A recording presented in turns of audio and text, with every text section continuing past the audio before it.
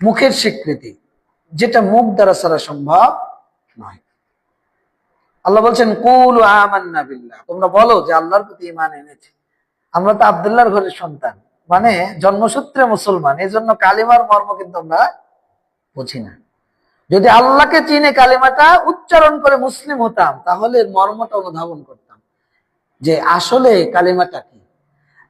এটা স্বীকৃতি দাও ইসলামের বিধান। আল্লাহ বলছেন তোমরা বলো।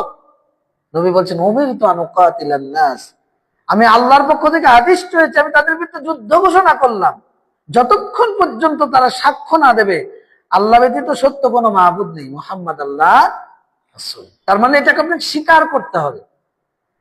আপনার পাশে কোনো হিন্দু যদি সারাদিন এই নদপাড়া বাজারে বলে আমি মুসলিম আমি মুসলিম, কেউ মেনে নেবেন? যতক্ষণ পর্যন্ত এই মসজিদে এসে খালিদের সামনে আশহাদু আল্লা ইলাহা ইল্লাল্লাহ ওয়া আশহাদু আন্না মুহাম্মাদান আবদুহু ওয়া রাসূলুহু এই সাক্ষ্য না দেবে, কেউ কিন্তু তাকে মুসলিম কবুল করবে না। এটা হলো মুখের কথা, মুখের স্বীকৃতি, মুখের আমল কি, যেটা মুখ দ্বারা ছাড়া সম্ভব নয়। এটা হলো মুখের আমল।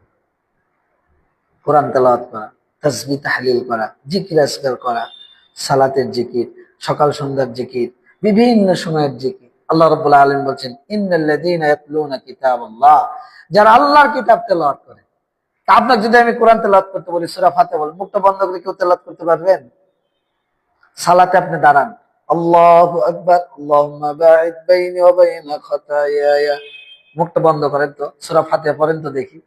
সালাতের মধ্যে তাসবিহ তাহলিল দোয়া জিকির যেগুলো রয়েছে, রুকু সিজদায় শেষ বৈঠক, মাঝখানের বৈঠক, তাহলে এটা হলো মুখের আমল, যেটা মুখ দ্বারা ছাড়া সম্ভব নয়।